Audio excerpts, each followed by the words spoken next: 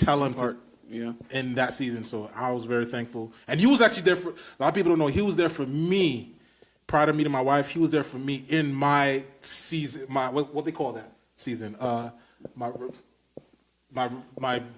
outside the cover. He was in the streets. Yeah, he actually he was very gracious. He was actually there for me when I was in the streets. Hypothetically, if I belong to the streets, no, he was there. No, seriously, he was there before. Like, so I felt like we matured, and I hope so, because I'm not trying to, not. But yeah, man. So like, more on the music. So find me here. Kiss Me Again. Was like, what's another song that you say like, yo, you play this song and like, wow, this is something that you connected to. What's another song that you have in the arsenal?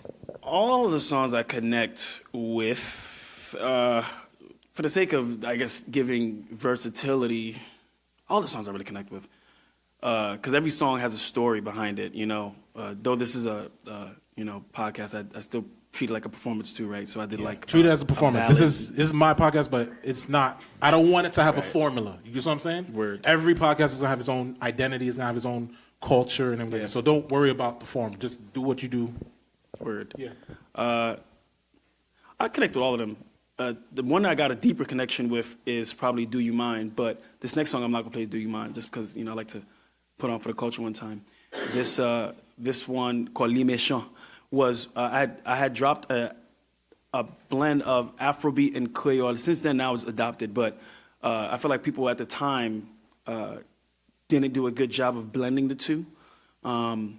So what I did, this was my old band, IET band.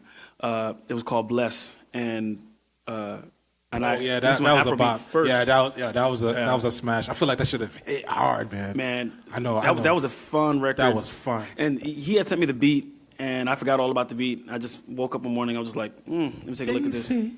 That was fun. But I had met a South African. South African producer. She named her child after me. Post the Voice. So I got like 30 babies named after me around the world. It was kind of I was like, whoa. That's and they nice. all DM me like, can I name my babies? I'm like, sure, do what you got to do. Like, I'm happy. Like. Trademark your name, please. Tell me about it. That's a whole other thing, child. Funding for that. But anyways, but yeah, so she was like, yo, I got this Afrobeat song. I was like, what's funny? I'm trying to mix the culture to the best of my ability. This is when Afrobeat first. 2016. 2018. The Voice is 2018, so 2019. 2019, yeah. Yep. It's like when this is like WizKid is first coming out and stuff.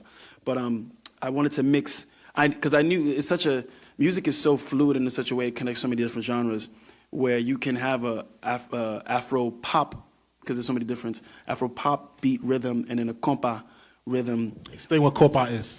So there's so many different Haitian rhythms, but with compa it's like zouk mixed with. But yeah, this one is but this one more of a zouk. And a zouk is, or rather I should say, when I try to describe people, I tell people, do you know of Kizomba, right?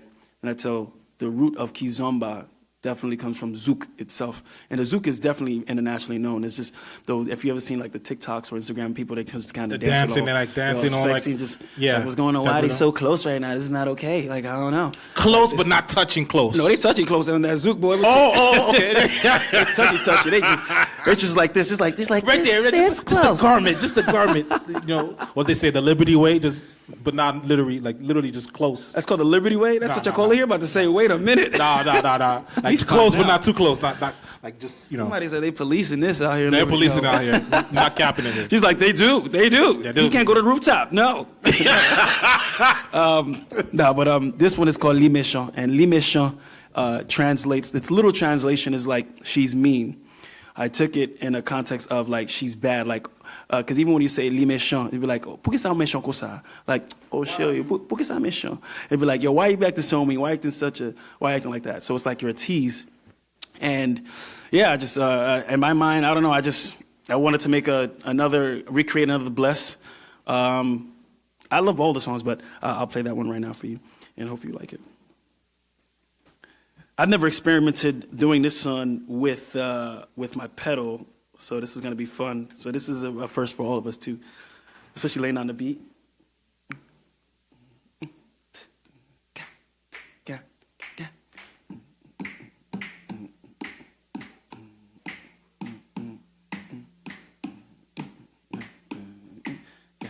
trying to get to.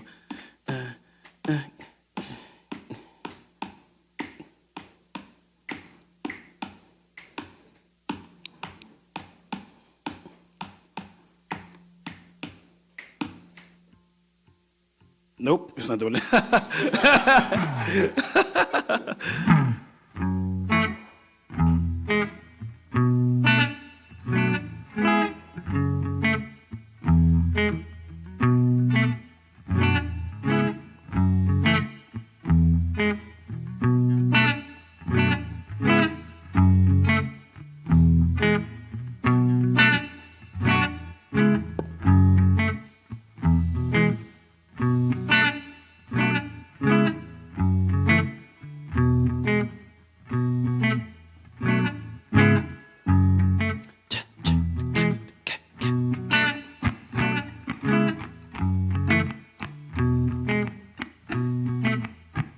Check the scenario. You and I hit it old. Anything we say goes. Baby, I go fight for it. I go fight for you. Now you be the author. Say you want fresh water. I'll arrest the clouds, do. Till rain hits the ground, do. Your smile is my crown, baby. Your heart is my heart, baby. Come over and rule me, yeah. I want you to rule me, yeah. Oh, I swear, yeah. Wap koneki moonweye, jam well la. Son criminel bien habillé, Kembela. That's what everybody says. How can I? When she knows damn well, les méchants, toute sale fait le méchant. Qui fait qu'elle me chavire, elle connaît les belles. Look how she glisten, vlogs with a mission. She's like sweet honeydew, caramel and sea ou miel. Look how she sway. Look how she move. Look how she sway. I told ya, it's about time we keep it real. If we, you know the deal. My last name is yours, it's still. I told ya. You papa comprende. Baby told me, aile. Let go for me, baby. Won't you let go for me, baby? I'll be yours for life. I'm here for your sugar. Watch, for your sugar. I swear, ya. Wap koneki moonweye, jam well la. Son criminel bien habillé, Kembela. That's what everybody says. How can I? When she knows damn well, les méchants, toute sale fait méchant. Les fait qu'elle me chavire, elle connaît les belles. Look how she glisten, walks with a mission. She's like sweet honeydew, caramel and sea ou miel. She's like sweet honeydew, caramel and sea ou miel. She's like sweet honeydew, caramel and sea ou miel. Oh baby, honey, honey, honey.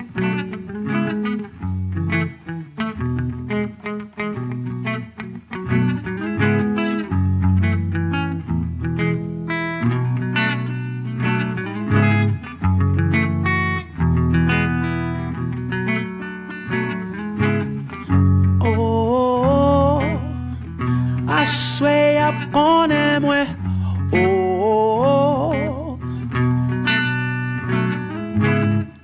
oh, I swear I'm gonna moi. Popcorn Josh. I swear ya. connaît qui moun moye, j'en là. Son criminel bien habillé, Kembela. That's what everybody says. How can I? When she knows them well, les méchants, tout ça fait méchant. Les fait qu'elle chavire, elle connaît les belles. Look how she glistens, walks with a mission. She's like sweet honeydew, caramel si ou miel. She's like sweet honeydew, caramel si ou miel. She's like sweet honeydew, caramel si ou miel.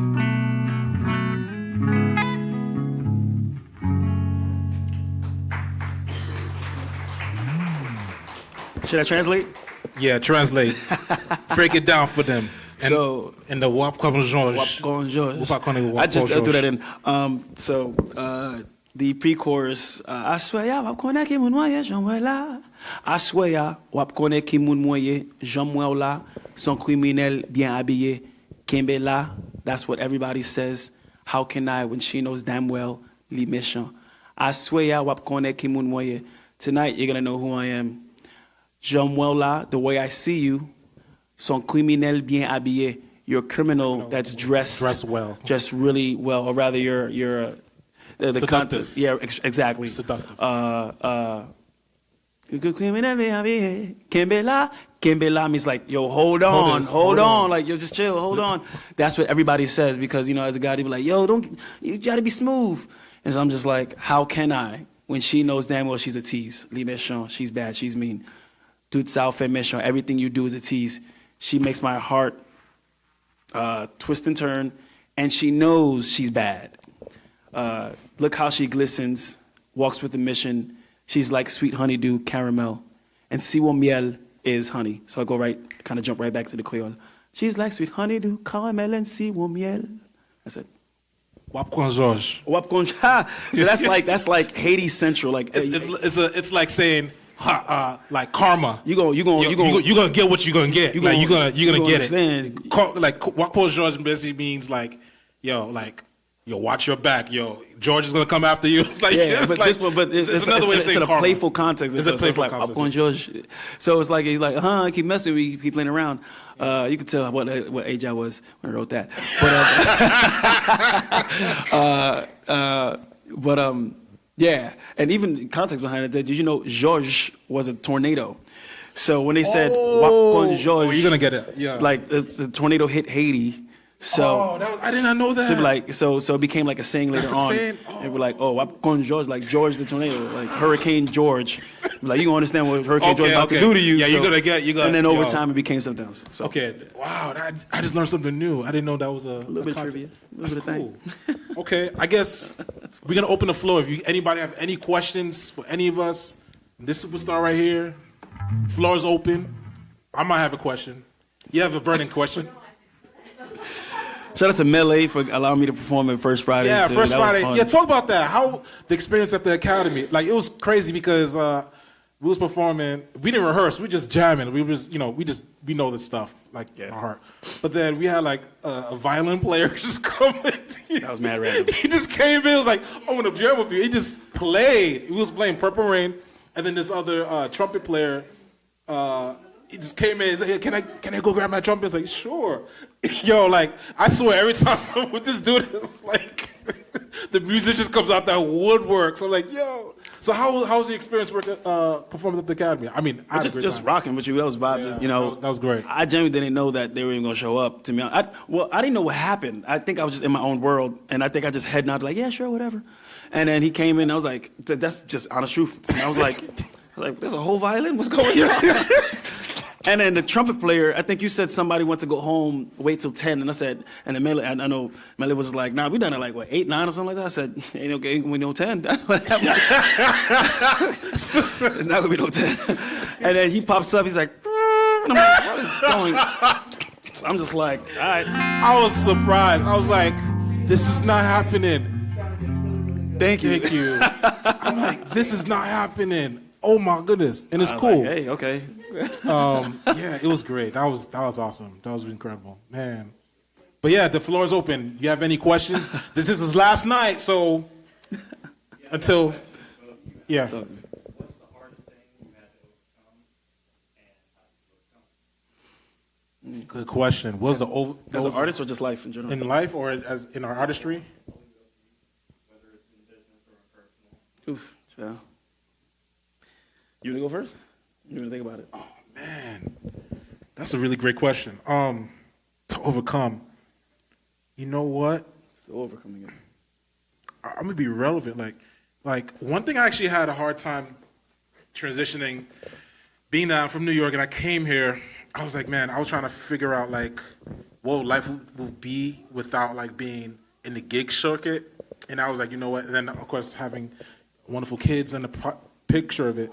Well, it's interesting. I was trying to understand like what would be my like my not saying identity, but how in what capacity I will operate within my giftings. Because again, I came from playing in a church for a long time that introduced me to the industry a lot. But then now coming here, I'm not playing in a church anymore. So it's like how my identity will be served outside of doing things that I'm used to. And again, thinking about problem solving. It's like, you know what, if I can't do this, what capacity I could use my giftings. And I guess the opportunity came itself through, I'm working in public schools. Outside of music, I work IT, but then the opportunity working with the academy, and now I'm artist residency, now I'm doing that now with the kids. So I feel like that felt my cup, and I felt more filled doing that than doing the production work for X, Y, and Z, 124 company, whatever, because I felt like there was an identity that in this town, I have to say all the time, Lynchburg's such a talented town. Like the kids that I'm working with in EC Glass, I swear they could all be in Carnegie Hall right now. Like the stuff that they're learning, advanced stuff, and the attentiveness to detail and the openness to take what I said and like play it right there. I'm like, yo, like you could be in LA right now. Like, why are you in school? Like, I don't want to say it like that, but like these kids are so intelligent. It's like it's a blessing for me to be around these individuals. So the hardest thing for me, which I've overcame, was I just had to let go of that identity. It's like I don't have to quote unquote play in church to feel filled. It's like, you know what, Lynchburg's such a small town, it's like 90,000. Maybe I could work with downtown, work with whatever. And then the opportunity allowed me to use everything I learned and invest in it. And I'm noticing there's a shift happening from that, and I'm very thankful to be part of that. So finding yourself in the new community, Yes. working with that. Yes, exactly. Gifts you had from New York in a new Right. And just rinse and repeat it, You're part of that too. Yeah, Sheena's part of it too,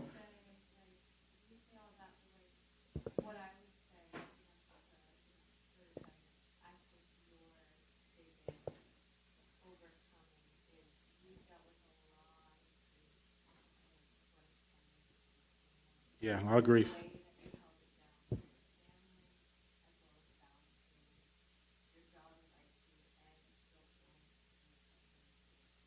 Thank you.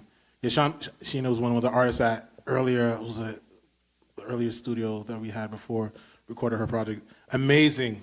She's part of the community. You all are part of the community. Give it up for you guys, because I didn't want to over promote this show. I wanted to be intimate. Again, a shout out. Thank you, Taylor, for opening the doors for this space. Back to you. What was your hardest thing? There was a lot. I don't want to say, but I know you had something Too hard. many. Too many. Like if we're talking personal, man, I'll boil it down to a lack of identity and a void that, to this day, I want to make sure that I'm not, using crutches and vices to fill.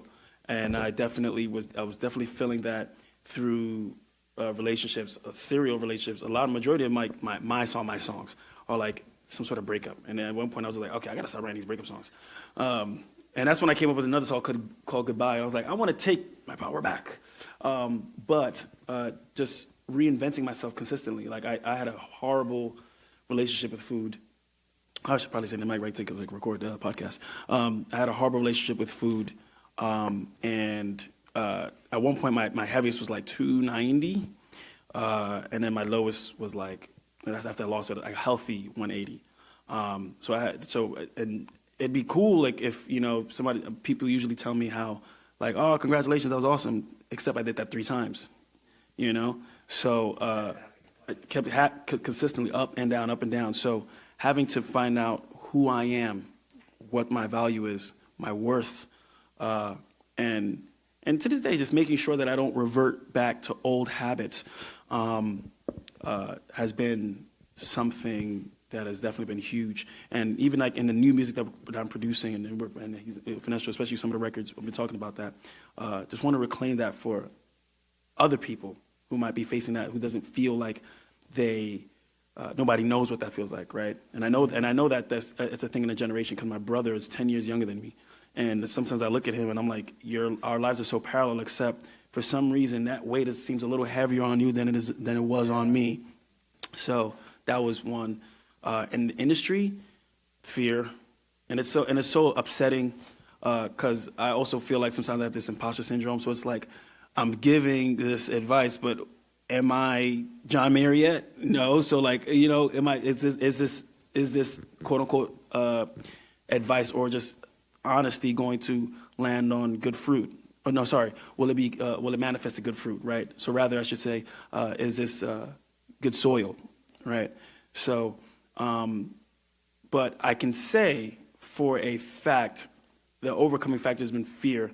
And it's wild because, when I first started in artistry, even to name myself Zaxai, Z-A-X-A-I, that was just all faith. And you're younger, you're fearless, and now at 35, it's like, oh man. Well, then when I first quit, I guess 32, right? 30. And I said, I don't know if I can continue to do this. And finally getting back to the point where I'm like, whoa, no, I am an artist. No, I know what my purpose is. No, nothing will distract me from doing what I need to do and all that. Yeah, it was just a lot of fear. And I recognized, and everything, I had to sit back and watch, sit back and listen. And I'm like, everything that's coming out of my mouth is really anxiety based. And I don't think that's the way to live. I know it's not the way to live, right? And it's funny too, because I used to tell people, go the opposite way of fear. Usually that's where you're supposed to be headed. But then next thing you know, here am I not taking my own advice for X amount of years, right? But then also goes back to identity as well. Me understanding where my void was and that. So that was something I had to overcome. Still overcoming every day. It's a process, so. That was a great question. Thank you for sharing that. That was good. Any other question? Yes. I wanted to ask, I know you touched on a little bit, but I'm curious about, you said that you got good quick. And so I'm curious about what to get you there, what was that time frame? I guess you were probably a musician when you were children and when you were younger, but to get professional with 4 hours a day or hours a week, hours a night, and what time the rest of the 5 years that album? Well, you're probably gonna have a different answer, but you want to answer? You go first. Okay, so she was saying basically how long it took us.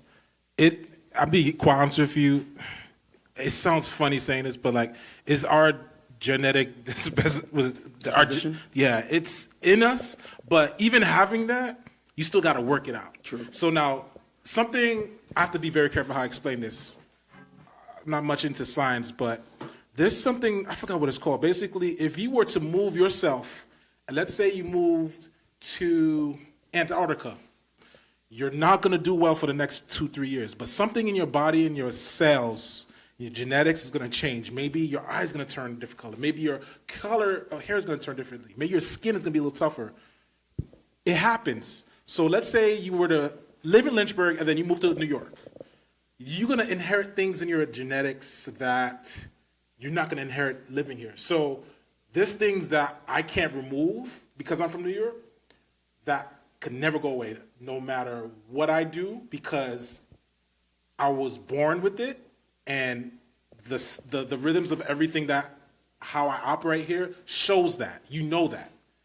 but I've calmed down a whole lot. But I understand genetically, I became a little bit more calmer, but it has a lot more to do with the timing. Not my neurodivergence. Yeah, she said that neurodivergence, but it has a lot to do with also the community, because the people that was around us, they're like, on a given day, like we could chill with people who are, she said neurodivergence, that's true, but also even those who aren't neurodivergents, the people who are like literally high level thinkers, and people who are like highest in their field, like not just musicians, but you also like young doctors and lawyers and stuff. So we were raised around those type of people, so we already know what success looks like. And because of our parents, kind of like that whole, we saw that what you're saying about like not feeling you're good enough, the whole imposters. I feel like that's inherited through our parents' fears, because they want us to be something else, but we didn't know how good we was because we never was nurtured that until we went to school or until we went to college. It was like, oh, I know how to do this. It was like, oh, and you go crazy. It was like, why no one didn't tell me I was like this at home? And it made us sad, but in a way, now we had to nurture that. So being in the area that we had to grow and like adapt to helped us get to that level. And then when we left, we didn't know how good we was until You found it. you know what I'm saying? Yeah, that's true. So it has a lot to do with the community. So if I want to be a singer, you got to be around singers. Oh, I want to be a runner. You got to be around great runners. If you want to be a musician, you got to be around great musicians. And that's literally this is what we were around, and that helped us when we were out of that. It was just a natural thing. It kind of is in our genetics, and then of course, nurturing it comes with also practicing. But sometimes, even Brad, I know you from Denver, right? Like playing with this dude only a couple of times and understand, okay, his language and how he plays works with everybody. I know X, Y, and Z because I've experienced someone like Brad in New York. You know what I'm saying? Or like Keith or like you. So able to understand the identity of people's personalities and how they play also helps play a role of how well you will progress as a musician or a singer or someone in business and stuff like that. So, yeah.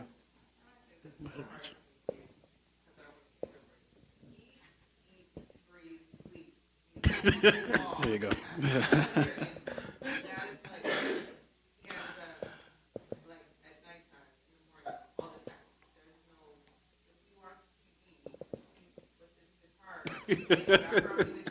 Yeah. Yeah. I don't have no practice time anymore, so you put it in any time. Appreciate you for that one, Richard. He's got it. For me, I was gonna say, yeah, that actually, but on a practical level, now this is like the hustling me. To be honest with you, let me tell you, if you want, technically speaking, the second you get paid to do something, that makes you a professional. Yeah. Yeah. Right? So if somebody to this day said, I'm going to give you, if you said, are you going to pay me $300 to play that one note for a commercial, you are not professional. You are not professional, right? Now, it's just a matter of how good of a professional are you, right? So now I think if your question leans more towards, right, the duration and talent and the gifting portion of it, right?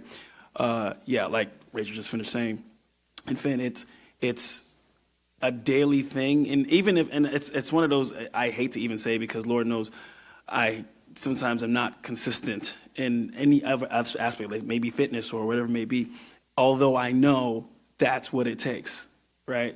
But sometimes it's not even that, it's just kind of just sitting down. But I remember the origins of like when I first started playing by ear, but I gotta give the title of the podcast.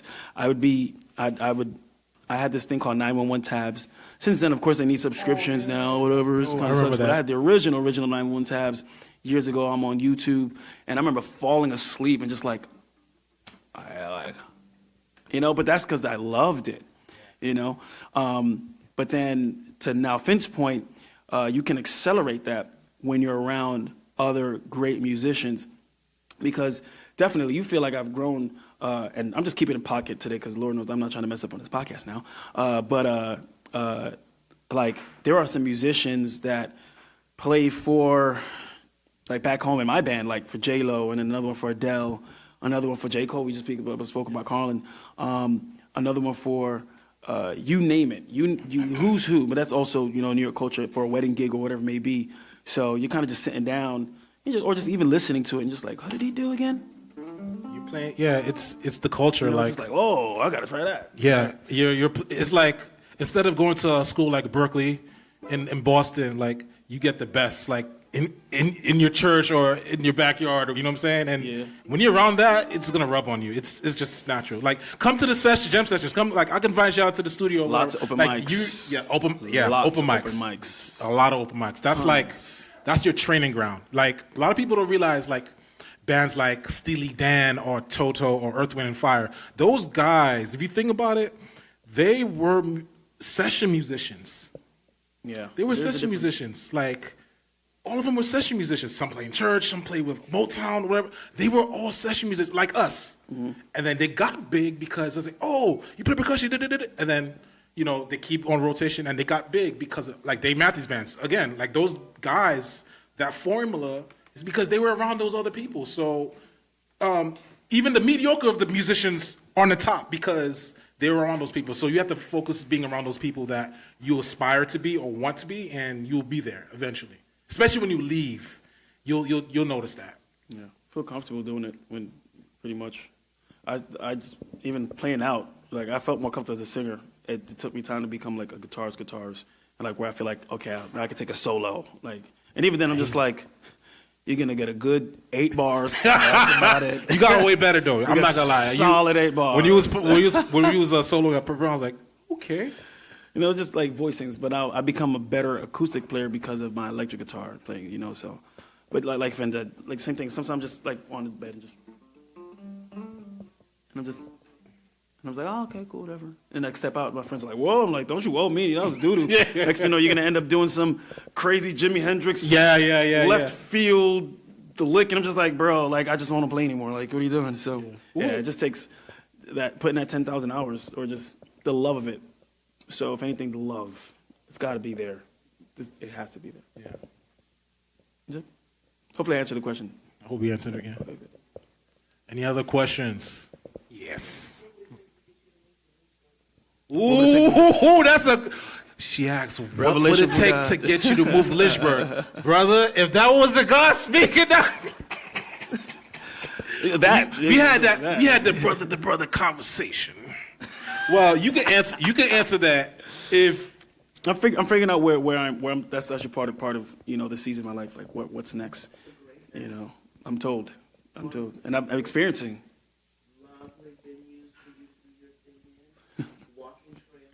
Trust me, I've sold the whole gamut. It's right now. All he has to do is literally just step on through. That's all you have to do. Just step on through. Our arms are definitely open and welcoming to you. And whatever we can do to make it easy, we're here for you. Yes, ma'am. Thank you. This is your home base, bro. I'm telling you. Listen, brother, just praying and then figuring it out. That's all it is. Just figuring out what's gonna be next. Where to go. He's being stubborn, but yeah. No. Let me tell you. I spent too much time. That's good. I love his demeanor because you got to be very intentional. Because again, we've been through traumatic experiences too. Even though I moved there, it was harder for me to transition, but it gotten better and better, obviously. But everyone. I love the fact that he's really intentional about it. So it's not just, I'm relying on my boy, but it's good because you want to make sure you're on the right side of things. Of course. Even though it looks good, you want to make sure you know. Yes, it's got to all make sense. Does it make Coming sense? here, it just made sense, Any other question, concerns, comments, and yeah, mama. Okay.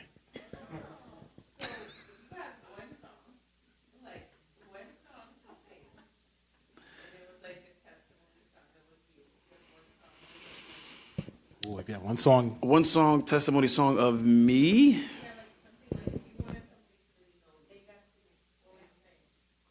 And really know me? Any song. It doesn't matter if it's your song or anybody's song. Oh, like me as an artist or like me as like describing who I am? Oh, Blackbird. If it's something that's yeah, you know why? Because I remember during quarantine, not post-quarantine, I would because I messed up the bridge a few times. Yo, we did it tonight. We was trying to. I was trying to. Play slow, First of all, Blackbird By was it Paul McCartney? Yes. That's a hard song to play. I'm like, people swear. I just forgot the bridge. Listen, people swear Paul Yeah, I McCartney guess I is. could do a cappella. People think that Paul McCartney got Paul McCartney got some pepper in him. Like he Boy, is. got some lemon pepper wings, brother. He has some pepper in him and spice. That's a very hard song to play. It's very, Yeah, my wife said, play it. Play your version of it, man. I love what we jamming at my house, man. Take your time. I always mess that song up. But it's such a beautiful song. I don't want to mess it up. Why Blackbird? Blackbird because I remember when I translated it in Creole, it used to come from a Creole set that I was doing. And I would mix English and Creole together during that portion of the concert. And I thought about the kids in Haiti too, just because, and I thought that, man, like, this is probably what they may feel like, but also me too. But anyways, man, I wish I could remember how to play that bridge, child. Let me tell you. And it sucks because that was like one of those songs I sat with, but I haven't played it since coming to Lynchburg. So I don't even know why. Maybe that was God trying to tell me you better sit down and learn it, and I did not listen. But just get the key.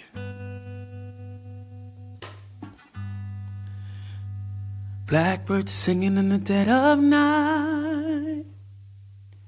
Take these broken wings and learn to fly all your life.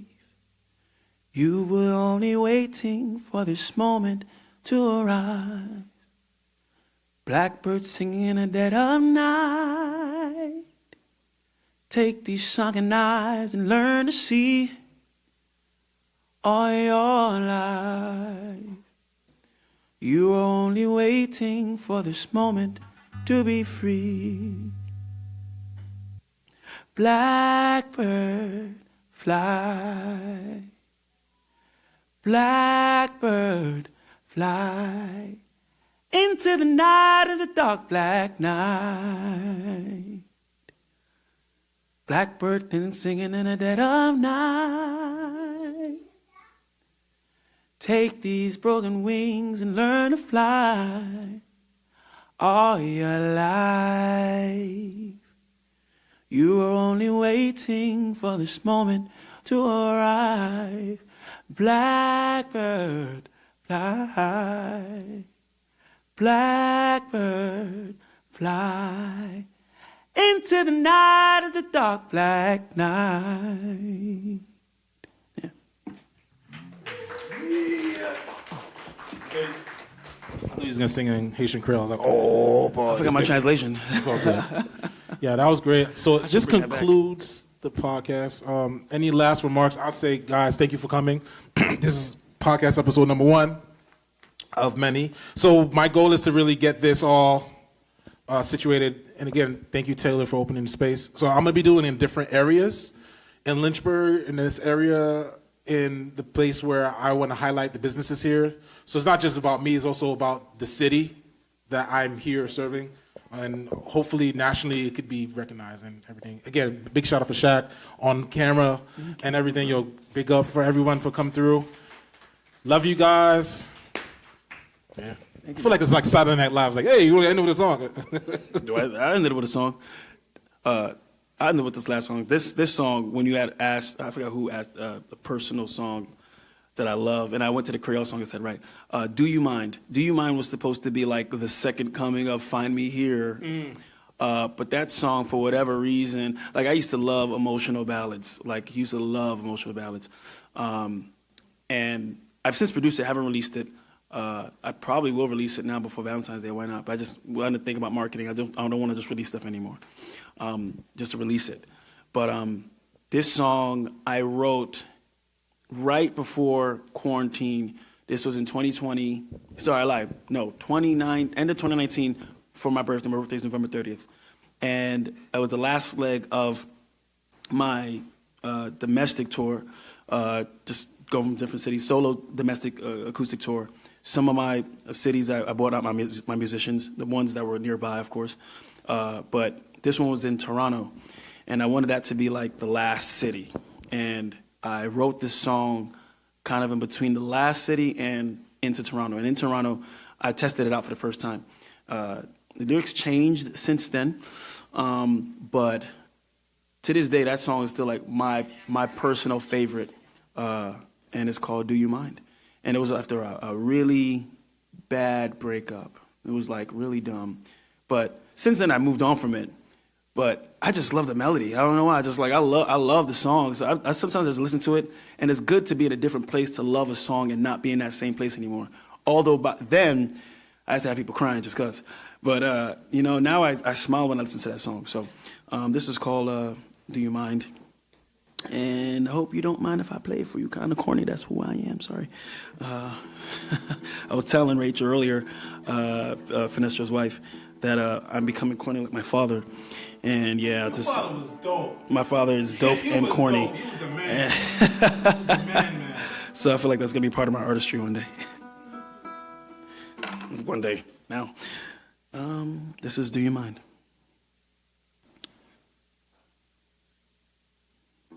Nope.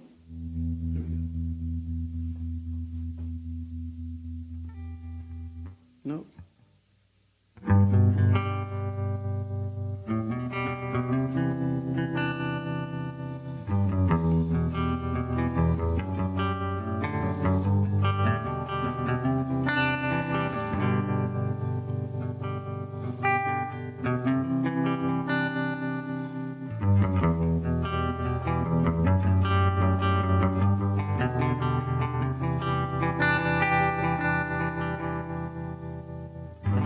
I wish the days I called you mine, and hate the way that feels sometimes.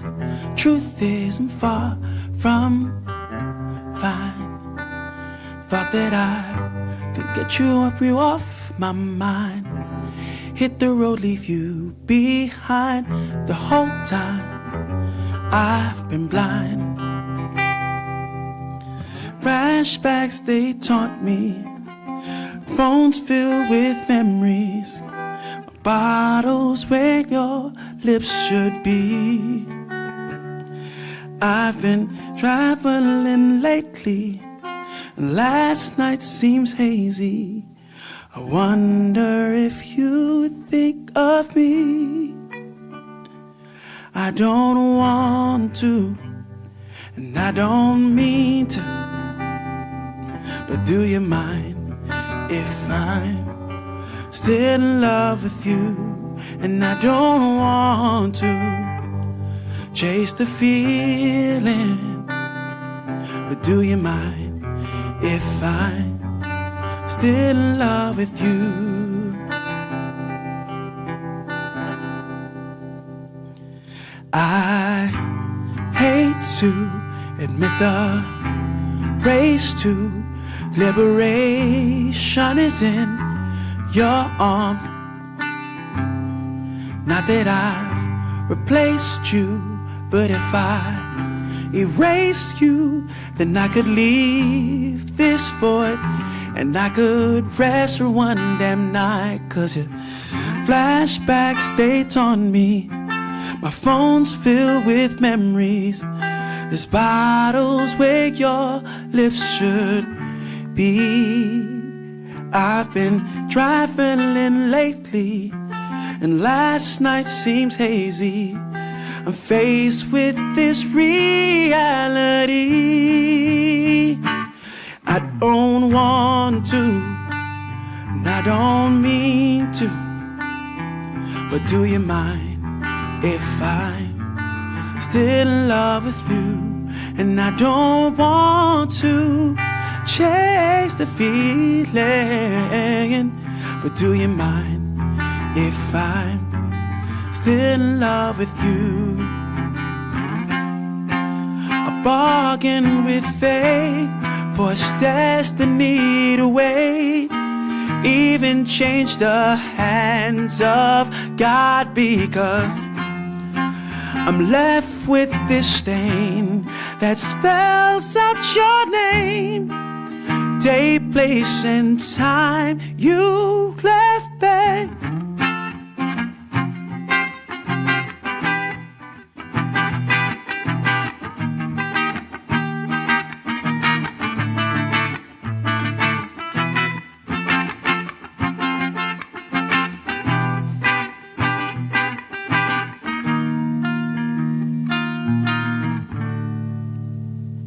and I don't want to, and I don't mean to. But do you mind if I'm still in love with you?